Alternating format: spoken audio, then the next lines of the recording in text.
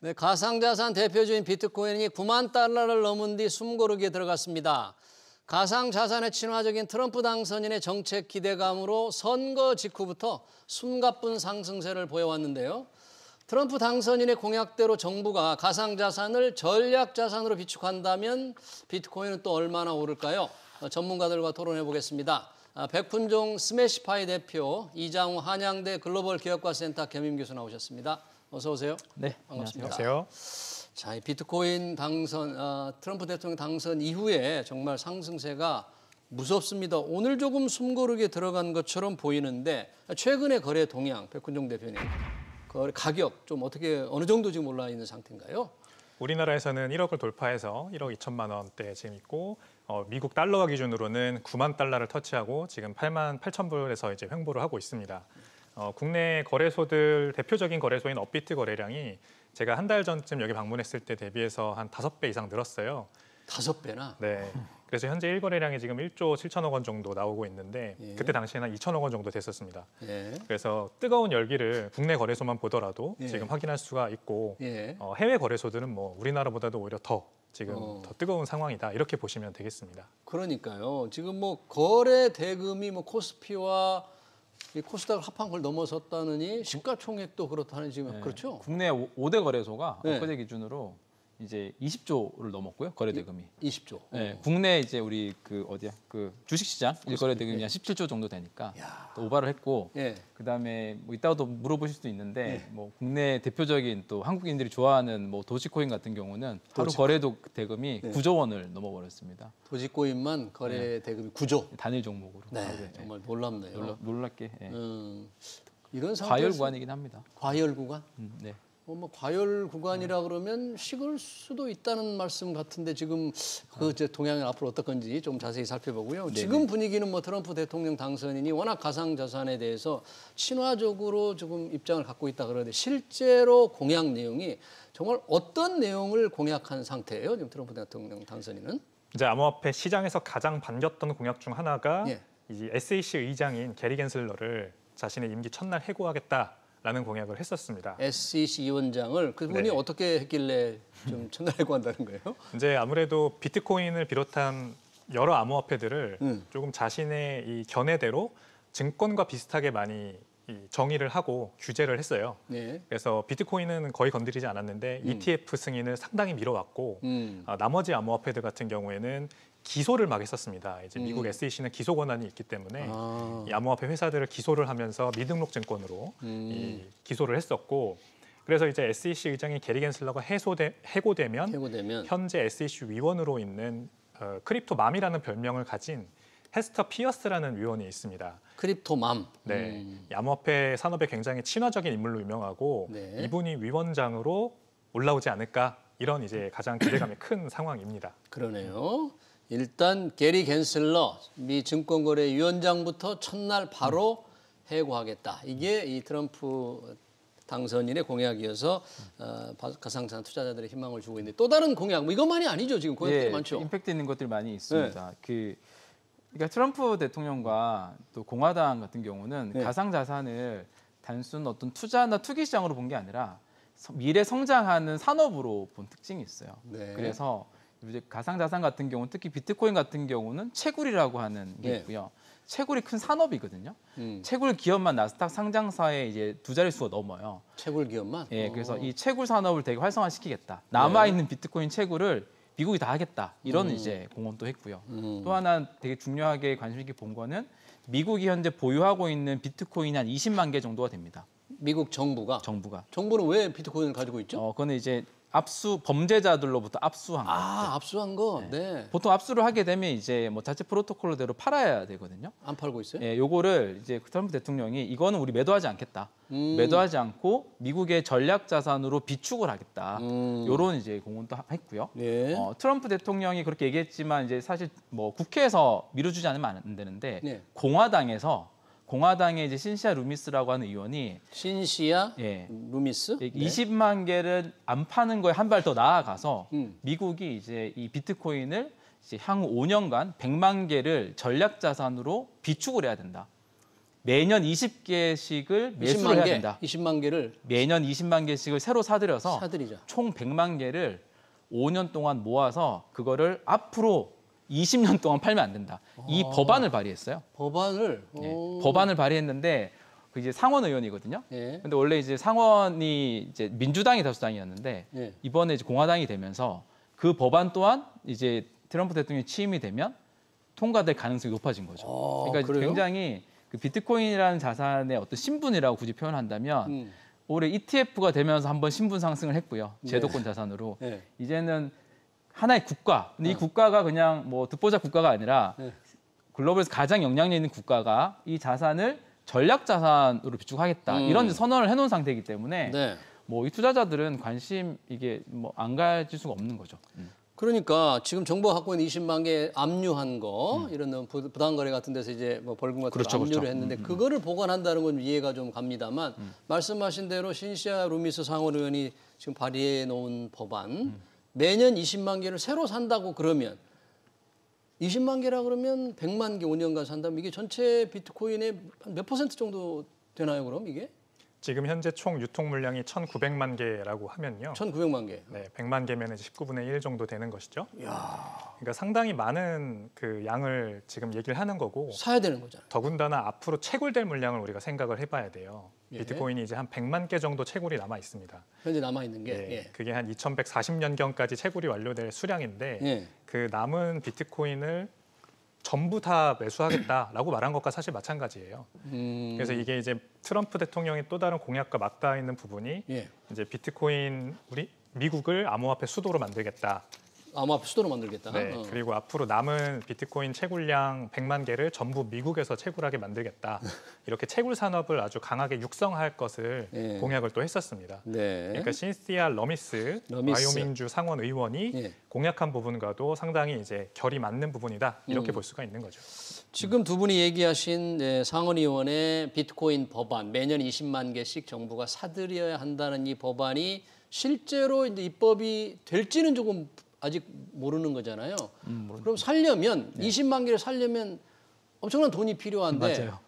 어떻게 사겠다는 혹시 그 법안에 그런 게 있습니까? 무슨 돈? 법안이 그래서 꽤 나름의 실행 디테일이 나와 있긴 해요. 그래요? 법안을 쭉 보면 이제 결국 미 연준이 금을 보유하고 있는데요. 금이 많겠죠. 그러니까 재원을 어떻게 확보할 거냐 그 부분이에요. 재원. 금을 보유하고 있는데 금의 지금 가치 평가를 1970년대에 금의 가격 기준으로 가치 평가를 해놨는데 연준이 이거를 지금 가격 기준으로 공정 가치 평가를 해야 된다라는 겁니다. 지금 가격으로 엄청 올랐을 거 아니에요. 그럼 지금. 장부 가격에 차이가 생기고요. 그렇죠. 그 금액만큼이 연준이 재무부 쪽으로 보내야 되는 금액으로 이렇게 프로토콜에 돼 있나 봐요. 그렇게 해서 재무부는 그 자금을 확보를 해서 비트코인을 사야 된다. 그러면 추가적인 재원 확보 없이도 추가적 부채를 일으키지 않고도 비트코인을 확보할 수 있고 그렇게 확보한 비트코인이 2020년 동안 안 팔게 되면 20년간 향후. 그들의 예상으로는 2020년도가 되면 이제 20년 후가 되면 20년 후.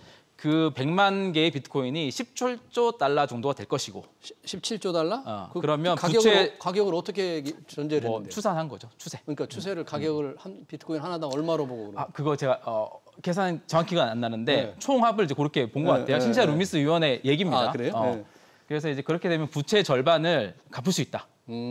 추가 부채를 일으키지 않고도 정부 부채를. 그래서 비트코인을 미국 정부가 보유를 하는 것은 미 정부 부채를 상환할 수 있는 굉장히 좋은 방법 중에 하나다. 이렇게 이제 논리를 펴고 있습니다. 그러면 연준이 보유하고 있는 금을 팔고 비트코인을 산다 이런 건 아니고요. 금의 이 평가를 제대로 해서 남는 그 잉여 자본으로 좀 사겠다 그런 얘기예요. 네. 거기에 이제 법안의 조항에 이 자본을 어떻게 확보할 것인가에 분명히 들어가 있더라고요. 네. 우리 백훈영 대표는 이 법안의 실현 가능성 굉장히 이게 만약에 현실화된다면 비트코인에 엄청난 수요가 일어나기 때문에 어떻게 보세요? 이 실현 가능성 정말 그럴까요? 아무리 상원을 공화당이 장악한다고 해도 이 미국도 이 아무래도 상원 의원들이요 디지털 자산 관련된 법안들을 가장 뒤에 처리하는 버릇이 있어요. 그래서 지금까지 민주당 다수였고 앞으로 이제 공화당 다수가 됐다 하더라도 아무래도 이 공화당 다수당인 상원을 일방적으로 공화당이 밀어붙여서 법안을 처리하기는 상당히 앞으로도 어려울 겁니다. 근데 이제 디지털 자산에 대한 그래서 결국 인식의 문제겠죠. 예. 정말로 트럼프 대통령이 진심으로 이 자신이 공약한 것들이나 또는 디지털 자산, 비트코인을 활용해서 정부 부채를 갚겠다고 하는, 줄이겠다고 하는 공약을 드라이브를 건다면 상원에서도 이제 점점 그 뒤에서 밀어주는 의원들이 많이 나올 거고 예. 그러면은 이제 아무래도 그 법안이 통과될 가능성도 있다 이렇게 볼 수 있습니다. 오늘 아침에 예. 신시아 루미스 의원이 트윗을 올렸는데 뭐라고요? 취임하고 나서 100일 내에 승인될 거다. 100일 내에.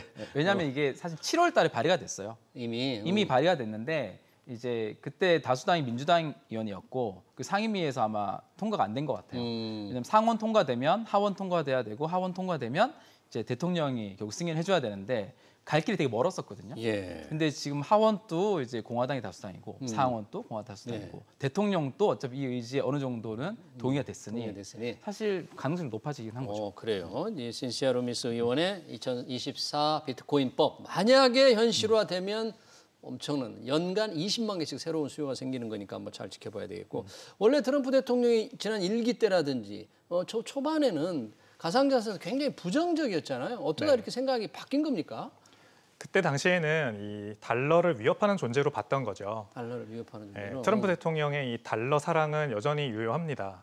그래서 달러가 세계의 기축 통화로 반드시 계속해서 유지가 돼야 되고 그 관점에서 모든 지정학적으로나 아니면 경제적으로나 정책을 펴는 거거든요.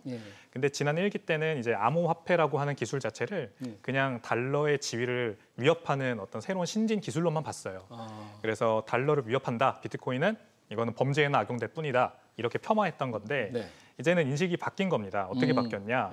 이 달러의 가치 상승 그리고 달러의 기축통화 체제 유지에 비트코인이 도움이 되는 존재다. 이렇게 이제 보는 겁니다. 특히나 이제 미국 그 트럼프 대통령의 가장 1호 주적은 중국입니다. 그렇죠. 지난 이제 바이든 행정부에서는 뭐 러시아와 중국이 같이 있었다 치면 완전히 중국으로 지금 드라이브를 걸거든요. 그럼 중국을 완전히 경제적으로 따돌릴 방법으로서 이 비트코인을 굉장히 중요하게 보는 겁니다. 어떻게 비트코인이 역할을 할 거라고 보는 건가요? 아무래도 이제 달러 가치가 페트로달러 체제 때문에 공고해졌고, 유가 그렇죠. 사우디가 이제 석유를 팔 때 달러로만 결제하게 했는데 중국이 이제 거기에서 탈퇴를 해버렸잖아요. 위환화 결제를 석유로 하겠다라고 하면서. 근데 이거에 일단 비트코인이 들어올 수 있는 겁니다. 어떻게 들어오냐? 중국 경제가 지금 굉장히 안 좋잖아요. 그래요. 부동산 경제 폭망, 주식 다 폭망입니다. 그래서 일반 사람들의 자금이 다 대체 투자 자산으로 흘러나가고 있거든요. 가장 컨트롤이 안 되는 게 비트코인입니다. 그래서 비트코인 중국인들이 얼마나 투자하고 있는지가 통계에 제대로 잡히지는 않지만 제가 봤을 때는 어마어마하게 넘어오고 있을 거라고 생각을 합니다. 그러면은 비트코인을 육성해주면 지금 비트코인 거래가 가장 크게 일어나는 통화가 바로 달러기 때문에 달러의 지위는 오히려 더 공고해지고 위안화의 가치는 줄어드는 그런 효과가 있는 거죠. 네, 마치 유가 결제, 원유 결제처럼 페트로달러로 달러주의가 강해진 것처럼 이 비트코인으로 달러주의를 강하게 만들겠다는 생각이 바뀐 거네요. 전에는 달러주의를 위협한다는 생각이 이렇게 180도 바뀌었기 때문에 이런 친화적인 발언이 나오고 있는데 그렇다면 관심은 이제 비트코인 가격이 뭐 지금 워낙에 계속 상승세를 지속하고 있는데 얼마나 갈까? 연내 뭐 10만 달러 돌파할 거다. 뭐 이런 전망이 있고요. 뭐 연내만이 아니라 앞으로 좀 어떤 그럴듯한 이런 전망이 좀 가능합니까? 합리적인 전망이 있어요, 지금? 사실 비트코인 가격에 있어서 합리적인 전망이라고 하는 거는 좀 안 어울리긴 합니다만 이미 이제 89,000불이 넘어섰고 이제 이미 9만 불에 갔기 때문에 연내 10만 불 전망은 사실 전망이라고까지 하기 힘들 정도로 많은 사람들이 그냥 약간 대략 생각하고 있는 수준이라고 보시면 될 것 같고 추세대로 좀 가는 그런 흐름. 대체적으로 요즘 IB들이나 여러 전망 이제 투자사들이 전망하는 수준은 이제 너무 높지도 않고 나름 그래도 합리적인 수준은 내년까지 2025년까지 20만 불 정도를 도달할 것이다가 가장 이제 좀 많은 전망 중에 하나인 것 같습니다.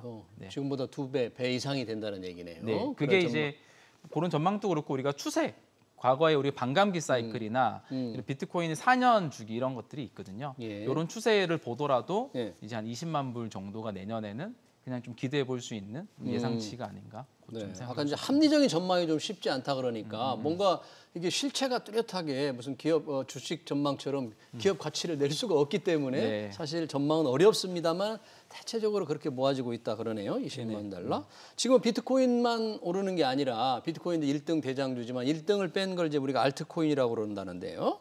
이 알트코인, 주요한 알트코인들이 좀 있지 않습니까? 이런 가격들도 덩달아 다 오르는 건가요, 지금?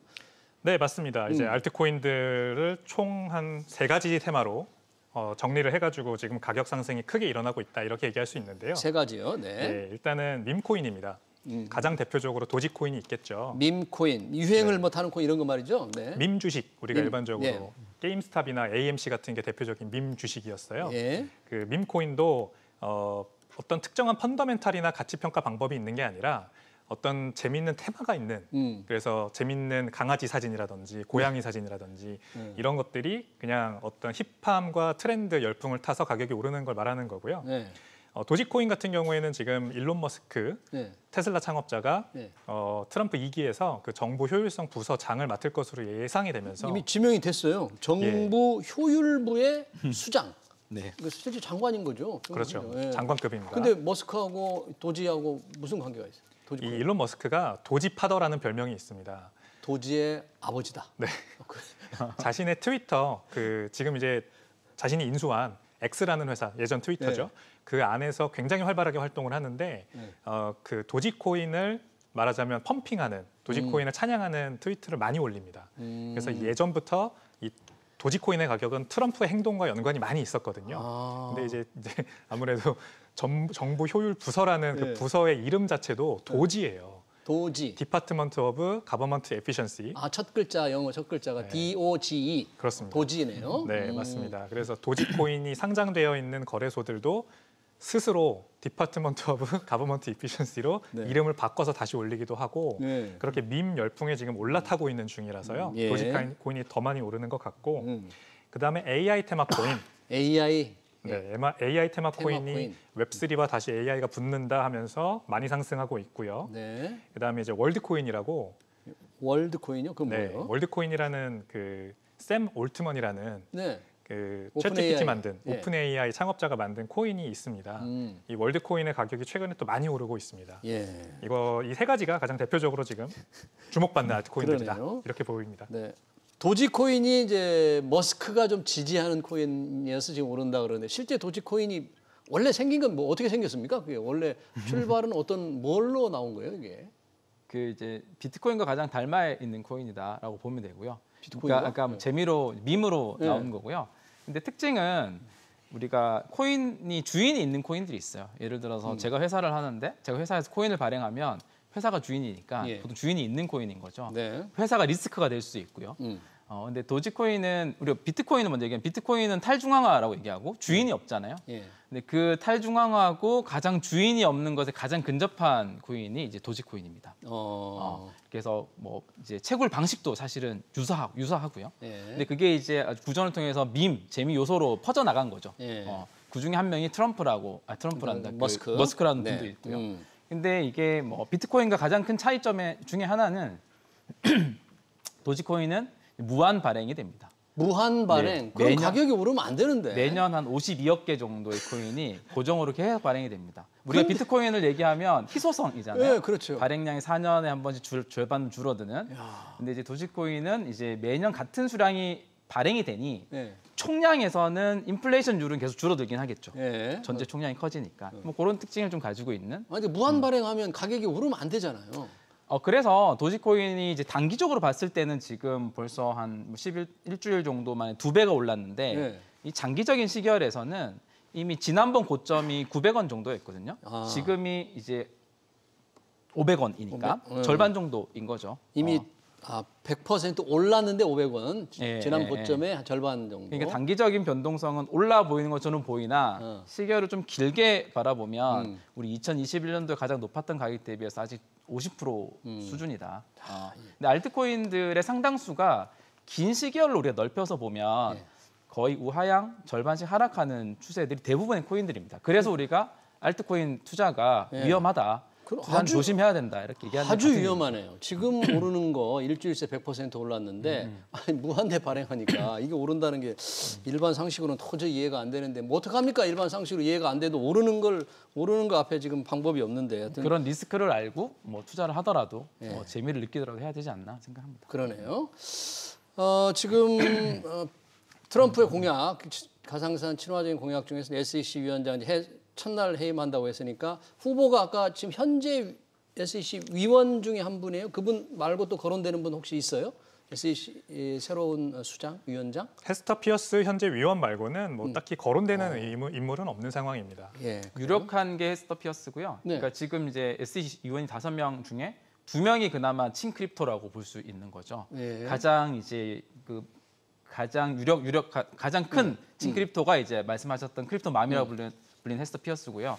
이제 마크 우에다라고 하는 이제 분도 친크립토 진영에 계신 분이라서 그 위원이에요? SEC 위원이고요. 그분이 그 다음으로 조금 그래도 좀 올라오는 것 같습니다. 여튼 뭐 첫날 겐슬러 지금 현재 위원장을 이제 해고하고 새로 친화적인 분이 온다니까 많은 이제 비트코인 투자자들이 관심을 갖겠네요. 이 보니까 비트코인 가격 동향을 저희가 준비하면서 보니까 이 비트코인 산업이 트럼프 가족 산업이더라고요.